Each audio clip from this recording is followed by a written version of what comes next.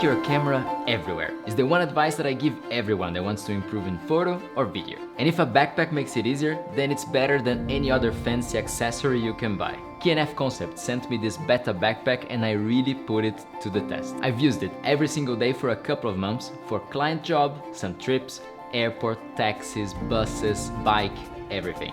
So I'm gonna go through what I like about it, what I don't, but especially the pros and cons of each feature it has so that you can choose the right backpack for you. E aí, I'm Henry, and in this channel I help you with the tech tools to be creative. Now, K&F is a brand involved in many different kind of product lines. You've seen me in this channel already talking about some of the filters they produce in this video over here, but they do many other things like tripods, backpacks, lights, SD cards. Enough talk, let's take a look at the backpack. So this is roughly a 20 liters backpack with 3 main compartments. The frontal pocket for quick access to some stuff, the upper one quite spacious with some organizational pockets over here, and the main part that you can set up the way you prefer according to the gear you have. There's actually more of these dividers than I imagine you're gonna need, so you can really adapt it the way you need. And by the way, here in the back there's also a pocket for a notebook up to 15.6 inches. Now here in this main part you could perfectly fit 2 camera bodies, some lenses, filters, SD cards, batteries, chargers. It all depends on your organization skills.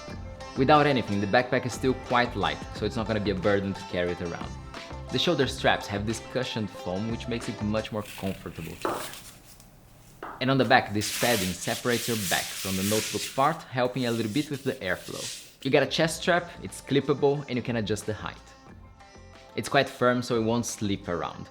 By the way, on the back there is also this elastic that you can use to support the backpack on top of a suitcase, which I thought I would never use, but especially when you're in an airport carrying all the gear from one place to the other, it can be quite heavy, and that just relieves a little bit from your back, at least for a while. When I'm wearing it, this is how it looks, and I'm 167 or 5.5, so you get an idea of how big this backpack is and how it will look on you. The water bottle fits in the side here and it's perfectly elastic for that.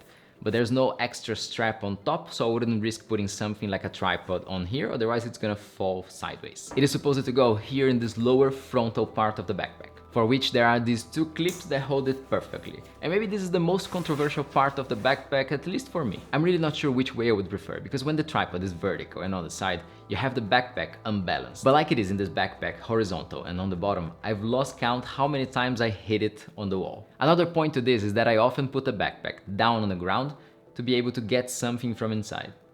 And when the tripod is connected there, it means that the backpack is gonna be tilted forward a little bit. So this brings us to this inner part over here, in which you have these pockets up here, all closed with Velcro. And you got this large one, some smaller, and also this one here for quick access. And I really like this, because I can have quick access to the camera, but also to an extra SD card or battery right from here. Now, one thing that I've learned with experience is that you gotta pay attention to what you're gonna put in each of these pockets over here. So these pockets are better suited for stuff that is a little bit bigger than how it closes. Let's see this upper part over here, and also this divider between the main part and this upper one can be changed and readjusted, but I really like the way it is. It gives me enough space for the camera part and also for some extras over here. Now you got this keychain here, which is genius, and you can access from the side also, makes it very practical. And also these other pockets, which for me missed something to close them, because especially when you put the backpack on the ground, things inside tend to fall off.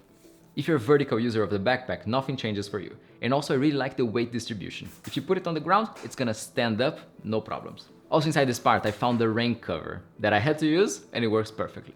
My only suggestion would be to have some sort of external compartment to keep it, either for quick access when it begins raining, or just to keep it back after it stops. Not a big deal, but a nice suggestion for the newer versions. By the way, the whole backpack is water resistant, so it can get a splash and it won't stay wet. While closing it, you can zip it up and you can fold over this black part on top, which makes it impossible for someone to steal something from your backpack.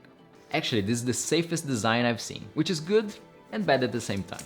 The frontal pocket gets blocked by these here, so you actually always need to unblock one of them to have access. Overall, I really like this backpack, and it turned into my daily driver backpack for mostly everything.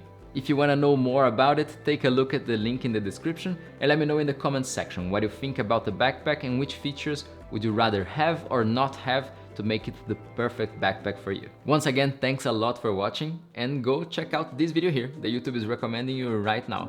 And I'll see you in the next one. Ciao!